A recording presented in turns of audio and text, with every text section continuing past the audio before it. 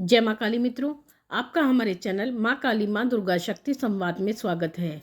मित्रों, अगर आप हमारे चैनल पर नए हैं तो हमारे चैनल को सब्सक्राइब कीजिए, लाइक कीजिए, शेयर कीजिए। साथ ही नोटिफिकेशन बेल को भी प्रेस कीजिए, जिससे हमारी आने वाली वीडियोस का नोटिफिकेशन आपको तुरंत मिल जाए।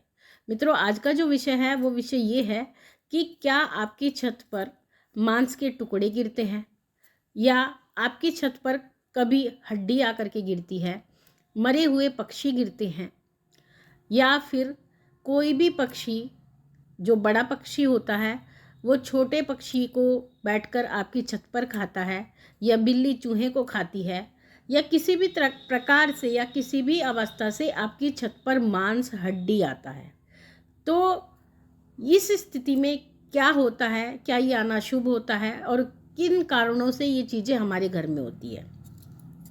देखिए, जब कभी भी हमारे घर में किसी भी तरह से, या हमारी घर की जो छत है, घर में नहीं, घर की छत के ऊपर अगर आपके मांस गिरना शुरू हो जाता है, या कभी आप अपनी छत पे जाते हैं तो आपको कोई मांस का टुकड़ा मिलता है, कभी आपको हड्डी का टुकड़ा मिलता है, या कोई भी पक्षी आपको मरा हुआ मिलता है, जैसे कबूतर है, चिड़िया है, तो आप उसको देख करके अचंभित होते हैं। आप ये सोचते हैं कि जो है हमारी छत पर आकर के ये कैसे मर गया, लेकिन आपको उसका कारण पता नहीं लगता और आप सामान्य रूप से साफ सफाई कर देते हैं। लेकिन ऐसा होना सामान्य नहीं होता है। अगर आपके घर की छत पर ये परिस्थिति बार बार बने तो ये एक शोचनीय विषय बन जाता है, और ऐसी स्थिति में हमें बहुत ध्यान रखना होता है। और जो ये चीज़ें हमारे घर की छत पर होती है उसका कारण होता है, और उसका कारण ये होता है कि हमारे घर पर नकारात्मक शक्तियों का निवास होता है। हमारे घर पर जो नकारात्मक ऊर्जाएं होती हैं, जो प्रेत होते हैं, उनका डेरा होता है, और उसी कारण से पक्षी वहाँ आकर के रुक जाते हैं, और जो प्रेत आत्माएं होती हैं वो मांस आदि अपनी ओर आकर्षित कर लेती हैं, खींच लेती हैं, और इसी कारण से वो पक्षी जो होता है मांस का टुकड़ा हमारे घर पर गिरा देता है।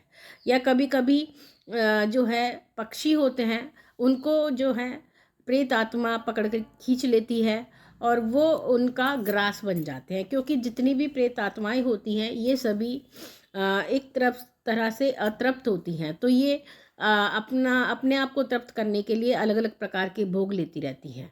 तो इसलिए आपके घर में, आपके घर की छत पर इस तरह की अगर कोई भी परिस्थिति बनती है तो इसका अर्थ ये हो जाता है कि आपका घर शुभ नहीं रहा। लेकिन जब ये चीज़ जो होती है वो शुरुआती रूप में होती है तो आप इसको बिल्कुल भी गंभीरता से नहीं लेते हैं। लेकिन जैसे जैसे ये चीज़ें बढ़ने लगती हैं तो समय के साथ जब चीज़ें बढ़ती हैं तो आपके घर में परेशानियां शुरू हो जाती हैं। जैसे कि आपके घर में बीमारियां रहने लगेंगी, आपके घर में जो है आय के जो साधन हैं वो धीरे धीरे करके कम होने लगेंगे, आपके घर में लड़ाई झगड़े रहने लगेंगे, और आपके घर की बरकत ख़त्म होने लगेगी। या कभी कभी ऐसा भी हो सकता है कि आपको चलता फिरता सफ़ेद या काला साया दिखाई देने लगे। तो ऐसी स्थिति में ऐसा घर जो है अशुभता को पाता है, वो घर शुभ नहीं माना जाता। जिस घर में इस तरह की चीज़ें होती हैं, मांस का टुकड़ा आदि या पक्षी मरे हुए गिरते हैं, तो ऐसी स्थिति में आपको क्या करना है। अगर आपको कभी भी अपनी घर की छत पे मांस का टुकड़ा, हड्डी या कोई भी मरा हुआ पक्षी मिलता है तो सबसे पहले तो आपको अपने छत की सफाई कर देनी है, और सफाई करने के बाद में आपको वहाँ पर गंगा जल और गोमूत्र का छींटा लगाना है, जिससे कि जो भूमि होती है, जो घर की छत है, उसका पूरी तरह से पवित्रीकरण हो जाए। और उसके बाद में आपको अपने घर में धुनी देनी है, और धुनी भी आपको पीली सरसों, राई और गुड़, देशी घी और गूगल, इन सबको मिला करके आपको एक पेस्ट तैयार करना है। और इन सभी सामग्रियों की जो है जो उपला आता है, जिसको कंडा बोला जाता है, उसके ऊपर इन सामग्रियों को जला करके रख देना है। और जब उसमें से धुआं उठेगा तो वो धुआं आपको अपनी पूरी छत पर, अपने पूरे घर में घुमाना है। तो इस तरह करने से आपके घर में जो इतर योनियों का वास है, जो प्रेतों का वास है, वो धीरे धीरे करके आपके घर से समाप्त होने लगेगा। लेकिन आपको हमेशा ये ध्यान रखना है कि अगर आप ये चाहते हैं कि आपके घर में शुभता रहे, तो अपने घर में हमेशा गंगा जल के छींटे लगाते रहें समय समय पर, और अपने घर में धूनी करते रहें। धूनी करने के बहुत फ़ायदे होते हैं। इस पर हम पहले वीडियोस में बता चुके हैं, जो हमारी पिछली वीडियोस थी उसमें हमने काफ़ी वीडियो में बताया है कि धूनी देने से आपको क्या क्या लाभ होते हैं। तो इस तरह करके आप इस समस्या से धीरे धीरे करके निजात पा सकते हैं। और दूसरी सबसे बड़ी बात यही है कि जब भी हमारे घर में ऐसी परिस्थिति बने, तो हमें इस बात का ध्यान रखना चाहिए कि जो मांस के टुकड़े गिराए जाते हैं उनको आपको अपने घर के बाहर नहीं फेंकना है। उनको उठा करके आपको अपने घर से कहीं दूर फेंक करके आना है। हो सके तो किसी नाले में या किसी चलते हुए दरिया में अगर आप उनको फेंक दे तो सर्वोत्तम रहेगा।